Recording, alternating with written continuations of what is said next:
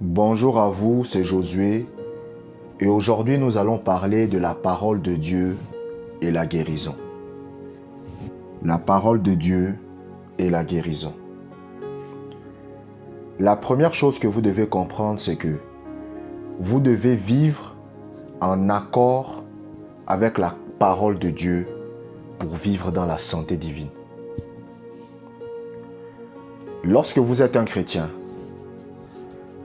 lorsque vous êtes quelqu'un qui donne sa vie à Jésus, si vous voulez vivre dans la santé divine, il faut que vous ayez une vie qui est en accord avec la parole.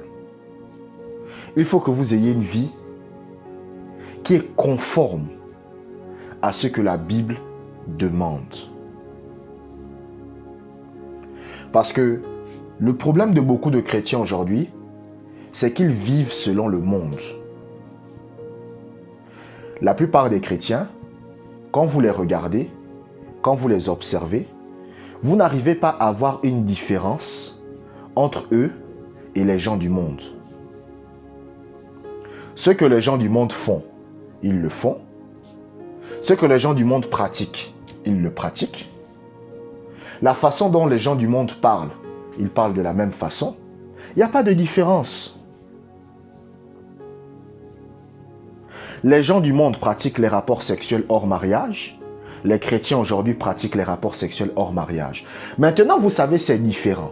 C'est différent parce qu'il y a des exceptions. Je vais vous dire les exceptions. Par exemple, une femme qui n'est pas chrétienne, elle vit avec un homme. D'accord? Elle vit avec un homme. Et après, elle devient chrétienne. Est-ce que vous me suivez? Là, Dieu ne va pas lui en vouloir. Parce qu'elle n'était pas chrétienne au départ, mais elle vit déjà avec un homme. Donc du coup, bon, Dieu ferme les yeux. Parce que c'est compréhensif. Mais une femme, vous dites que vous êtes chrétienne, ou un homme, vous êtes chrétien. Vous entretenez des rapports sexuels hors mariage. C'est que vous savez déjà. Parce que la différence, c'est que la femme qui était en couple avec un homme, ils ont eu des rapports sexuels, ils ont eu des enfants. Après, elle devient chrétienne. Elle était ignorante. Du coup, Dieu ferme les yeux. Mais maintenant, une femme chrétienne, vous savez vous-même que les rapports sexuels hors mariage ne sont pas bons. Mais vous le pratiquez. C'est que, vous savez, moi je prie Dieu tous les jours. Je dis à Dieu, Seigneur, donne-moi la force de toujours dire la vérité aux gens. Seigneur, donne-moi la force de ne pas, d'avoir peur. Donne-moi la force de ne pas avoir peur de dire la vérité aux gens. Parce que parfois, quand tu veux dire la vérité aux gens, Satan il te dit, ah, si tu dis ça, on ne va plus te donner des offrandes. Si tu dis ça, les gens ne vont pas t'aimer. Mais moi, je prie Dieu. Je dis, Dieu, donne-moi la force de dire la vérité. Donne-moi la force de prêcher l'intégrité. Donc, un chrétien, vous devez vivre en accord avec la parole. Vous savez, la dernière fois, j'ai écouté une sœur. Elle dit qu'elle est fiancée avec un homme. Je dis ok, gloire à Dieu. Et elle est fiancée avec l'homme, mais ils vivent ensemble, ils couchent ensemble. Moi, j'ai été un peu troublé. J'ai dit, mais je ne comprends pas. Vous êtes mariés? Elle me dit non. Je dis, tu es chrétienne. Depuis combien de temps tu es chrétienne? Elle me dit, oh, Josué. Parce que c'était une fille, c'était une femme. Elle était dans la trentaine à peu près. Je lui dis, mais tu es chrétienne? Elle me dit, oh, depuis mon adolescence, Josué. Depuis mon adolescence, je suis chrétienne. Je dis, ok. Tu as quel âge aujourd'hui? Elle me dit, non, je suis dans la trentaine. Je dis, ok. Après, je dis, mais tu n'es pas au courant que dans la Bible, il n'est pas permis d'entretenir des rapports sexuels hors mariage? Elle ne parlait plus. Parce qu'aujourd'hui, les chrétiens vivent comme les gens du monde. Maintenant, il y a par exemple, un jour, j'ai discuté avec une maman qui avait 50 ans. Elle a rencontré son mari, elle avait 20 ans. Ce n'était pas une chrétienne. C'est le cas de ma mère, par exemple.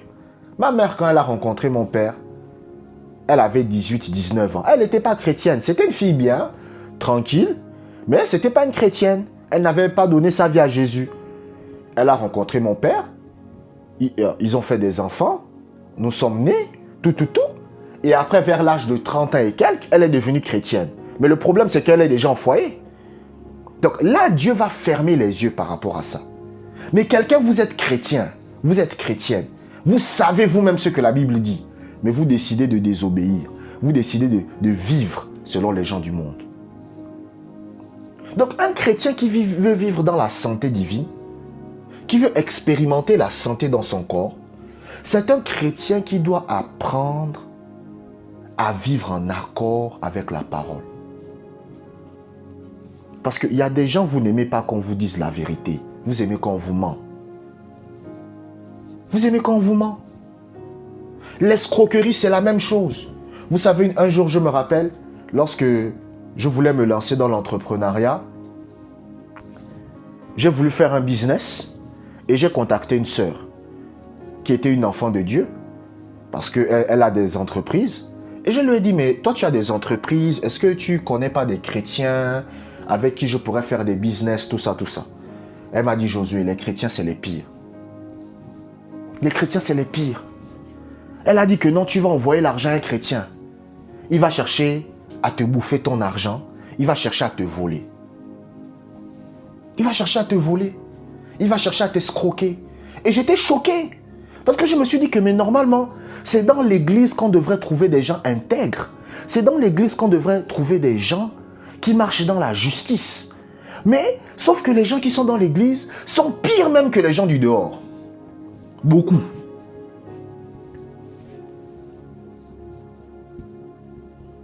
Un jour, j'ai écouté l'histoire d'une femme. Elle venait demander conseil auprès d'une coach. Et elle dit à sa coach, elle dit, coach, j'ai des graves problèmes. Le coach lui dit, mais c'est quoi le problème? Elle dit au coach, elle dit, coach, en ce moment, je couche avec le fils de mon mari. On couche tous les jours ensemble. La coach lui pose la question, mais ça fait combien de temps que ça dure? Elle dit, non, ça fait 1 an que ça dure. Nous deux, on couche ensemble, quasiment tout le temps. Chaque fois que son père sort se balader, qu'il part en voyage, on couche ensemble. Je couche avec son fils. Mais cette femme-là, elle va à l'église. Donc, c'est ça le problème des chrétiens aujourd'hui. Si vous voulez expérimenter la santé divine, il faut vivre en accord avec la parole. Il ne faut pas vivre comme les gens du monde. C'est les païens qui vivent comme ça.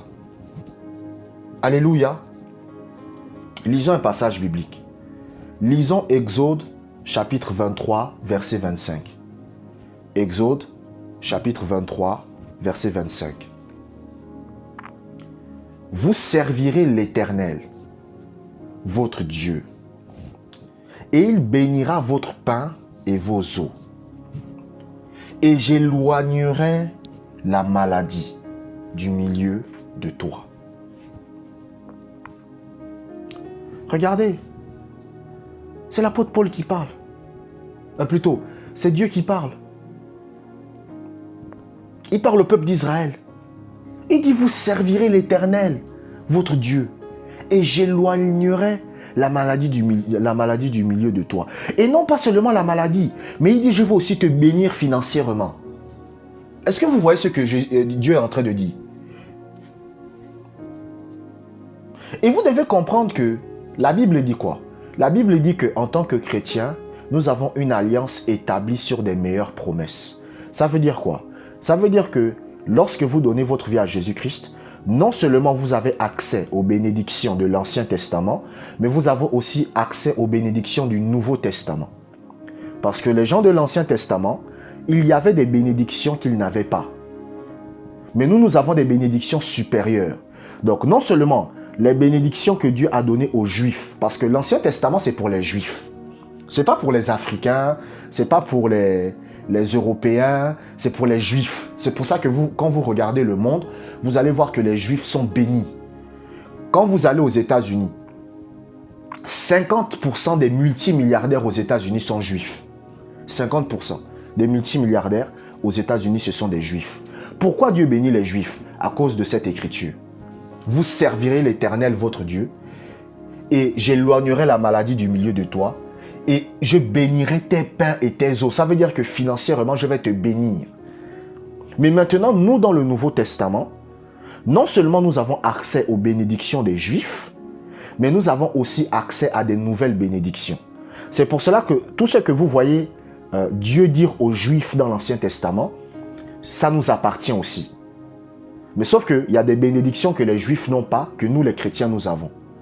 Par exemple, l'autorité spirituelle. Les Juifs n'ont pas ça.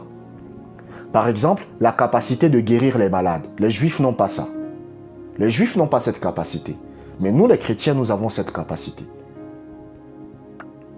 Mais maintenant, regardez ce que Dieu va dire. Dieu dit, j'éloignerai la maladie du milieu de toi. Mais il y a une condition que Dieu donne. La condition que Dieu donne pour éloigner la maladie, c'est de le servir. Ça veut dire de vivre en accord avec la parole de Dieu. Quand Dieu dit, vous me servirez, il est tout simplement en train de dire, vous vivrez selon mes règles. Lorsque le peuple d'Israël était dans le désert, Moïse va venir devant le peuple. Et Moïse va dire, je mets devant toi la bénédiction et la malédiction. Choisis la bénédiction afin que tu vives.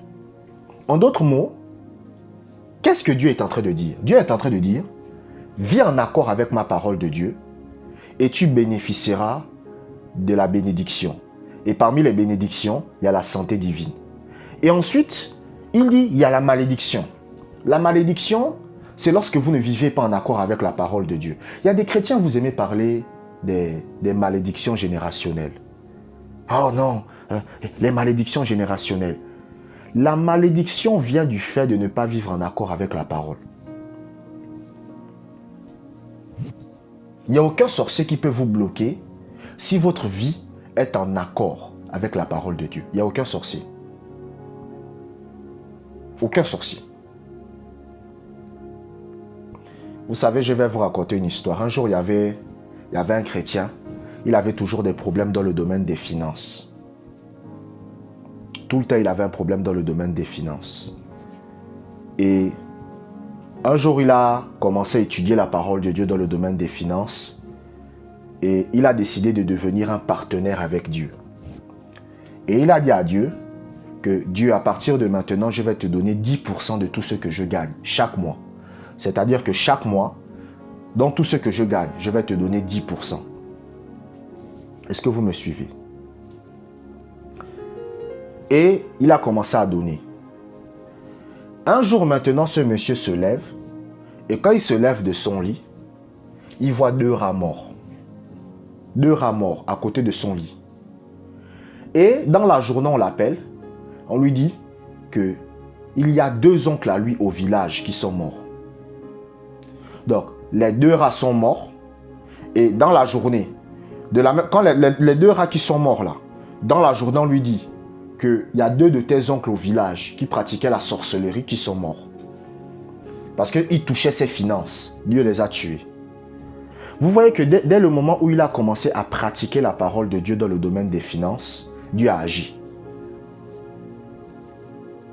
Donc c'est la même chose dans le domaine de la santé divine. Vous devez vivre en accord avec la parole. Écoutez, vous voulez prier pour votre guérison. Dieu n'a pas de problème avec ça. Vous voulez obtenir votre guérison. Dieu n'a pas de problème avec ça. Vous voulez être guéri. Dieu n'a pas de problème avec ça. Mais maintenant, vous devez vivre une vie en accord avec la parole. Est-ce que vous savez que si par exemple un chrétien, on prie pour lui et il est guéri, si ce chrétien ne vit pas en accord avec la parole, il va perdre sa guérison. Il va perdre sa guérison. Vous savez, je me rappelle, et j'oublierai jamais cette histoire. J'avais prié pour quelqu'un qui souffrait de la tuberculose. En tout cas, il était très malade. Il était allé à l'hôpital, on ne savait pas ce qu'il avait. Mais après, les gens ont dit c'est la tuberculose. J'avais prié pour lui et j'allais le voir tous les jours et il s'est rétabli. Il s'est rétabli totalement. Il était totalement en bonne santé. Mais qu'est-ce qu'il a fait? Il est allé dans les bars. Il est allé boire le vin. Il est parti coucher avec des prostituées. Il est parti faire ceci, il est parti faire cela, il est parti faire ceci. 2 mois plus tard, il est mort. il a perdu sa santé. Mais pourquoi? Parce qu'il voulait vivre comme les gens du monde. Donc un chrétien, vous devez vivre en accord avec la parole de Dieu pour vivre dans la santé divine. Maintenant, la deuxième chose que vous devez comprendre, c'est que vivre selon le monde vous fait soumettre à Satan. Vivre selon le monde vous fait soumettre à Satan. Quand vous êtes un chrétien et que vous vivez comme les gens du monde, vous êtes en train de donner à Satan l'autorité sur vous. Vous êtes en train de donner à Satan le droit de vous détruire, le droit de vous faire du mal. Pourquoi beaucoup de chrétiens aujourd'hui qui vont à l'église ont des problèmes? Vous savez, les gens, le problème c'est que les chrétiens d'aujourd'hui n'aiment pas qu'on leur dise la vérité. Et c'est ce que Paul avait prédit. Paul a dit que dans les derniers temps, les chrétiens vont se choisir des prédicateurs qui leur feront plaisir. C'est-à-dire des prédicateurs qui ne vont plus leur dire la vérité. Et c'est ce qui est en train de se passer dans le monde aujourd'hui. Vous voyez que la plupart des prédicateurs, leur enseignement, c'est la prospérité, c'est la richesse, c'est l'argent. Il n'y a pas de problème à enseigner l'argent. Même moi, j'ai déjà enseigné dans le domaine de l'argent. Mais il faut dire la vérité aux gens. Il faut dire la vérité aux gens. Et pourquoi la plupart des pasteurs aujourd'hui ne disent plus la vérité aux gens? C'est parce qu'ils ont peur que les gens ne donnent plus les offrandes. Vous savez, ce matin, j'étais en train de méditer. J'étais en train de méditer la parole de Dieu. Et j'étais en train de méditer Matthieu chapitre 6, verset 33. Matthieu chapitre 6, verset 33, ça dit « Cherchez premièrement le royaume de Dieu et sa justice, et toutes choses vous seront données par-dessus. » Après, j'ai commencé à méditer ce passage. Et je me suis rendu compte que Judas, au début de ça, quand il a commencé à suivre Jésus au début, il était bien. Mais il s'est fait corrompre par l'argent. Il s'est fait corrompre par l'argent. Donc au début, Judas avait fait de Jésus la priorité. Mais après, il a commencé à aimer l'argent plus que Dieu. C'est pour ça quand Jésus-Christ disait, vous ne pouvez aimer Dieu et Mammon. Indirectement, il était en train de s'adresser à Judas. Il était en train de dire à Judas, fais attention. Tu commences à aimer l'argent plus que moi. Fais attention. Mais Judas n'a pas pris garde. Et il est parti vendre Jésus-Christ pour 30 pièces d'argent. Est-ce que vous voyez un peu? Donc beaucoup de chrétiens ont ce problème. C'est-à-dire qu'ils vivent comme les gens du monde. Ils n'aiment pas qu'on leur dise la vérité. Et beaucoup de pasteurs se sont corrompus à cause de l'argent. Ils ont dit non. Si je commence à dire aux gens, ne vivez pas comme les gens du monde, ils ne vont plus me donner des offrandes. Ils ne vont plus m'aimer. Donc il faut que je leur mente.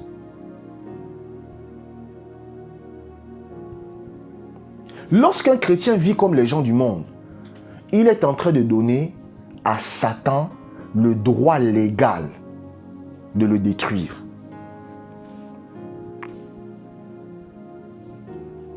C'est ça. C'est pour ça que vous voyez que beaucoup de pasteurs ont créé la doctrine des malédictions générationnelles. Mon Dieu. Écoutez, la doctrine des malédictions que vous entendez, quand on vous dit « Ah, il y a les malédictions générationnelles. » Non, il y a les malédictions générationnelles. Cette doctrine, est-ce que vous savez d'où ça vient? C'est pour déresponsabiliser les chrétiens de leur mauvaise façon de vivre. C'est pour déresponsabiliser les chrétiens. Donc un chrétien va à l'église, mais il vit dans la débauche. Sa vie est bloquée. Dieu n'agit pas dans sa vie. Mais maintenant, au lieu de lui dire que ta vie de débauche là, c'est pas bon, il faut arrêter de vivre comme ça. C'est pas bon. Qu'est-ce que les pasteurs vont faire? Ils vont lui dire non. Si ta vie est bloquée, c'est les malédictions générationnelles. C'est les malédictions générationnelles. pour garder les gens dans l'église. Et c'est comme ça que vous voyez des chrétiens qui luttent contre des malédictions générationnelles durant 10-15 ans. J'ai jamais vu ça. Une fois, je suis allé dans une église et j'écoutais un pasteur. Il avait 50 ans et quelques. Hein. Il avait plus de 50 ans. Mais il dit, je suis toujours en train de me battre pour détruire les malédictions générationnelles dans ma vie. Et il s'est converti à 18 ans. Donc de 18 ans jusqu'à l'âge de 50 ans, tu es toujours en train de briser les malédictions sur ta vie. J'ai dit non. Quand on a dit que c'était la fin du culte, je suis parti chez moi. Je n'ai plus jamais remis les pieds là-bas. C'était à l'époque, j'étais plus jeune que maintenant. Parce que la doctrine des malédictions générationnelles, c'est pour déresponsabiliser les chrétiens. Non, c'est pas de ta faute.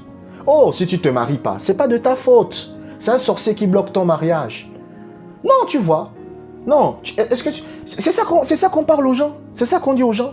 Vous allez voir une femme, elle n'arrive pas à se marier. On va lui dire non, non, non, ma fille, si tu n'es pas encore mariée, c'est parce qu'il y a un sorcier qui te bloque là-bas quelque part. Mais si le sorcier réussit à bloquer votre mariage, c'est d'abord à cause de vous-même. C'est d'abord à cause de vous-même. Mais les chrétiens n'aiment plus qu'on leur dise la vérité. Ils aiment qu'on les mente.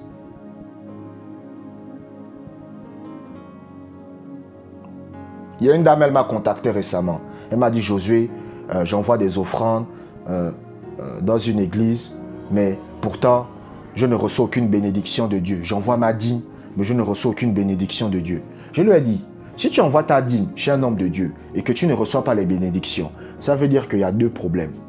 Premièrement, soit tu donnes ta dîme avec des mauvaises motivations. C'est-à-dire que tu donnes ta dîme pour être vu. Tu donnes ta dîme pour gagner quelque chose. Tu donnes ta dîme pour être glorifié. Ça, c'est des mauvaises motivations. Tu donnes ta dîme, comme ça ne marchera pas. Et je lui ai dit là de deux, soit le pasteur à qui tu donnes, c'est pas vers lui que tu dois envoyer ta dîme. Elle m'a dit d'accord. Je lui ai dit la vérité. Donc les chrétiens aujourd'hui n'aiment plus la vérité. Un chrétien qui vit selon le monde, Satan va dominer sa vie. Satan va dominer sa vie. Alléluia. Lisons un passage biblique.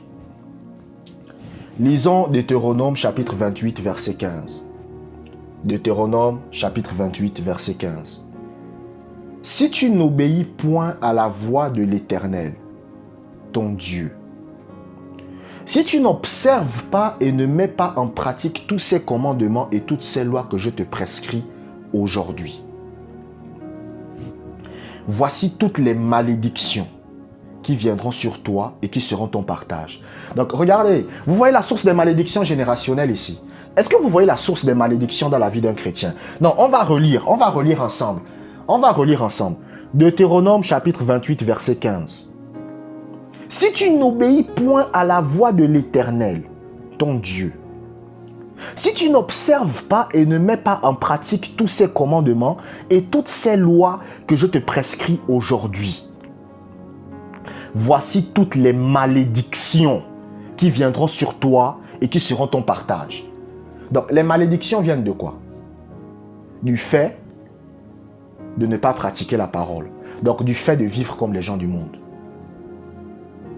Les pasteurs vont vous dire, oh, si tu as les malédictions générationnelles dans ta vie, si les malédictions sont dans ta vie, c'est parce qu'il y a un sorcier qui t'a bloqué. C'est faux. Le problème pour lequel un chrétien a des malédictions générationnelles, c'est parce qu'il n'obéit point à la voix de l'Éternel, son Dieu.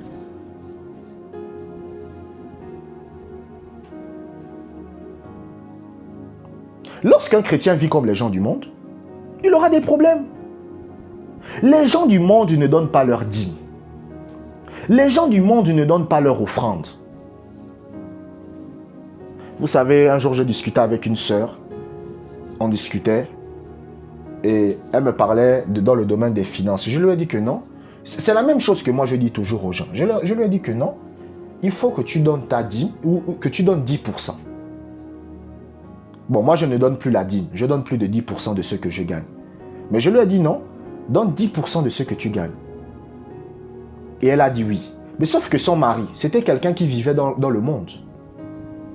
Et son mari lui a dit non, on ne peut pas donner la dîme.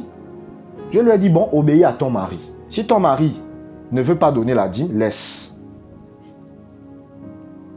Est-ce que vous comprenez? Parce que quelqu'un qui vit comme les gens du monde, c'est-à-dire, en fait, quand je parle de vivre comme les gens du monde, c'est quoi? En fait, c'est quelqu'un qui ne marche pas selon les principes du royaume de Dieu. C'est-à-dire, il ne marche pas selon ce que la parole de Dieu dit. Il ne marche pas selon la parole. Et ces personnes-là ont des problèmes. Satan domine leur vie. Un jour, il y a une maman que je connais. Elle vit comme les gens du monde, mais elle va à l'église. C'est une maman que je connais. Elle va à l'église, mais elle vit comme les gens du monde. Et ça fait des années qu'elle prie pour un même problème. Le problème ne se règle pas. Je lui ai dit, le problème, c'est que tu vis comme les gens du monde. Elle s'est fâchée.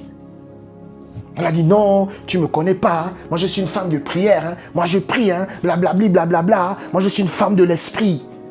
J'ai dit, il n'y a pas de problème.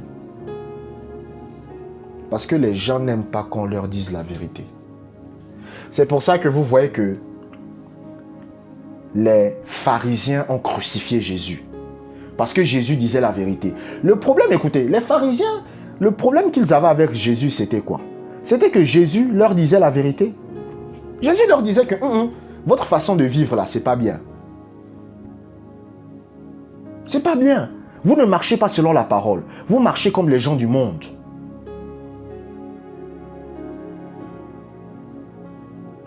Un jour, la Bible dit que Jésus-Christ arrive au temple. Et quand Jésus-Christ arrive au temple, il voit comment il y a des vendeurs qui sont en train de vendre. Jésus-Christ va prendre un fouet. Il va commencer à fouetter les gens. Il va leur dire quitter l'église. C'était une forme d'église. Quitter le temple. Et Jésus va dire que non. Le temple de Dieu, c'est pour prier. Le temple de Dieu, c'est pour adorer Dieu. Le temple de Dieu, c'est pour écouter la parole de Dieu. C'est pas pour faire du commerce. Les pharisiens n'ont pas aimé ça. La Bible dit que les pharisiens étaient irrités. Pourquoi? Parce que les commerçants, là, c'était leur gagne-pain. C'était leur gagne-pain. Donc, Jésus leur a dit, cette façon de faire, c'est les gens du monde qui sont comme ça. Ils n'ont pas aimé. J'ai une bonne nouvelle pour vous. Si vous êtes un chrétien et que vous êtes encore en train d'écouter cet audio à l'instant où je parle, c'est que vous avez de l'amour pour Dieu. Parce que tout ce que je viens de dire dans ce podcast, les gens qui n'aiment pas vraiment Dieu, ils ont quitté ça depuis. Si vous êtes une femme chrétienne, vous êtes un homme chrétien, vous êtes encore en train d'écouter ce que je suis en train de dire maintenant là, c'est que vous aimez vraiment Dieu. Vous aimez vraiment Dieu. Oui. Parce que les gens qui vivent selon le monde n'aiment pas qu'on prêche sur ce sujet.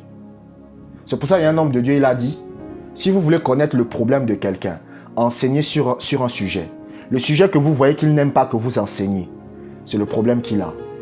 Vous allez voir que les femmes qui maltraitent leur mari, qui se comportent mal avec leur mari, quand vous commencez à parler du mariage, de comment il faut se comporter, ils ne vont pas apprécier. Vous allez voir que les gens qui n'aiment pas donner l'argent, les gens qui dans le domaine des finances, n'aiment pas donner des offrandes, n'aiment pas donner leurs dîmes, n'aiment pas honorer Dieu financièrement. Quand vous commencez à parler de l'argent, ils ne vont pas aimer. Donc si je suis en train de parler de ne pas vivre comme les gens du monde, et vous êtes encore en train de m'écouter, ça veut dire que vous aimez vraiment Dieu. Vous aimez vraiment Dieu. Vivre selon le monde donne à Satan l'autorité sur votre vie. Donne à Satan le pouvoir sur votre vie. Et vivre en accord avec la parole de Dieu fait en sorte que Satan n'a plus d'emprise sur vous. Amen. Et ça, c'est le problème de beaucoup d'enfants de Dieu. C'est le problème de beaucoup de chrétiens aujourd'hui. Satan a de l'emprise sur beaucoup de chrétiens parce qu'ils vivent comme les gens du monde. Parce qu'ils marchent comme les gens du monde. Parce qu'ils parlent comme les gens du monde.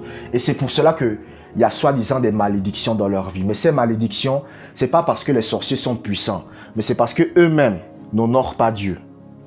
Alléluia. Je vous remercie d'avoir écouté ce podcast jusqu'à la fin.